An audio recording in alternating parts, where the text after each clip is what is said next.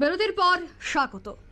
ত্রিপুরায় গ্রেটার তিপ্রাল্যান্ডের দাবির পর এবার কিন্তু পশ্চিমবঙ্গের অর্থাৎ উত্তরবঙ্গে এবার গ্রেটার কোচবিহারের দাবি উঠল।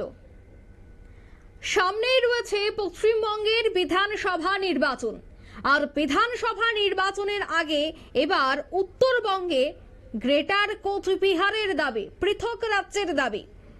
সোমবার এমনই ভাষাতেই 1989 সাল থেকে তোলা নিজেদের দাবির ব্যাখ্যা দিলেন গ্রেটার কোচবিহার পিপলস অ্যাসোসিয়েশনের প্রতিষ্ঠাতা সভাপতি বিশিষ্ট রাজবংশী নেতা বংশীবদন বর্মন। এদিন জলপাইগুড়ি শহরের বুকে মিলন সংঘ ময়দানে আয়োজিত এক দলীয় সভায় অংশগ্রহণ করেন তিনি, আর সেখানে এই বার্তা রাখেন। দলীয় নেতৃত্বদের কি বক্তব্য প্রথমে শোনাচ্ছে। খুব দৈন্যতা ছিল, খুব এমন অভাব ছিল, মাঝখানে আমার কুচবিহার দেশের থাকাতে ভারতবর্ষের দ্বিখণ্ডিত। সেদিনকে আর ভারত সরকার বিশেষ অনুরোধের মধ্য দিয়ে কুচবিহারের মহারাজার চুক্তি করিয়া এই বৃহত্তর কুচবিহারের সাথে একটা চুক্তি হওয়ার পরে এটা গোয়াসি রাজ্য হিসেবে ভারতবর্ষে যুক্ত হয়। সেই সংবিধানে অ্যালাং আছে সি ক্যাটার স্টেট, সেই সি ক্যাটার স্টেটের মর্যাদা প্রত্যেকের সেটি আমরা ফেরত চাওয়ার জন্য এটা আলাদা রাজ্যের দাবি না, এটা হয়ে গেছে সংবিধানে। এই কথাটাই আমরা তুলতে দাঁড়িয়ে হচ্ছে যে সংবিধানে স্বীকৃতিপ্রাপ্ত যে গোয়া শ্রেণী স্টেট বা সি ক্যাটার স্টেট বা গোয়া শ্রেণী রাজ্য সেটার পূর্ণ রূপায়ণ করা হোক, সংবিধানকে মর্যাদা দেওয়া হোক। এইবার কি বিধানসভায় এটা ইস্যু থাকবে? এইবারই বিধানসভা প্রত্যেক যেদিন থেকে সংগঠন শুরু 1998 সাল থেকেই সেদিন থেকেই আমার ইস্যু সংবিধান মোতাবেক। আপনারা শুনলেন তাদের বক্তব্য, একেবারে কোট আনকোট তাদের বক্তব্য হচ্ছে পৃথক রাজ্য চাইছি না, সংবিধানে লিখিত থাকা অধিকারের পূর্ণ প্রতিষ্ঠার দাবি করছি। সে বিষয়ে বিস্তারিত জানবো। টেলিফোন লাইনে এই মুহূর্তে যুক্ত হয়ে গেছে পশ্চিমবঙ্গ থেকে প্রতিনিধি শান্তনু পান। শান্তনু, 2026-এ বিধানসভা নির্বাচন রয়েছে পশ্চিমবঙ্গে, আর বিধানসভা নির্বাচনের আগে একদিকে রয়েছে চাকরি কেলেঙ্কারি ইস্যু, অন্যদিকে কোচবিহার গ্রেটার কোচবিহারের দাবি। কতটা রাজনৈতিক পারদ চড়ছে পশ্চিমবঙ্গে?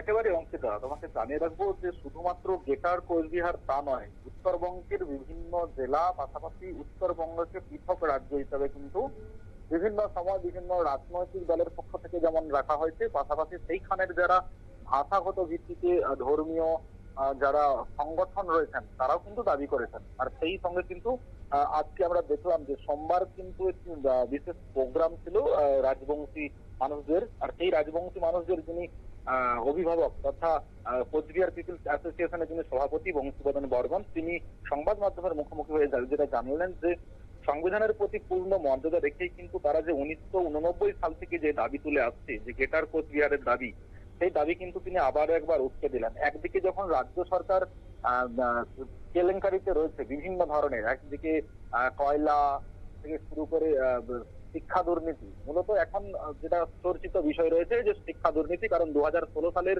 যে প্যানেল অর্থাৎ এসএসসি যে প্যানেলকে বাদ দেওয়া হয়েছে সেটা নিয়ে কিন্তু বিভিন্নভাবে বিভিন্ন রাজনৈতিক দল যখন ফায়দা তোলার চেষ্টা করছে, মুখ্যমন্ত্রী কিন্তু আজকে সেই বিষয়ে একটি বৈঠক করেছেন। আর সেই জায়গায় দাঁড়িয়ে একবারে দক্ষিণ থেকে উত্তরবঙ্গে গ্রেটার কোচবিহারের দাবি তুললেন।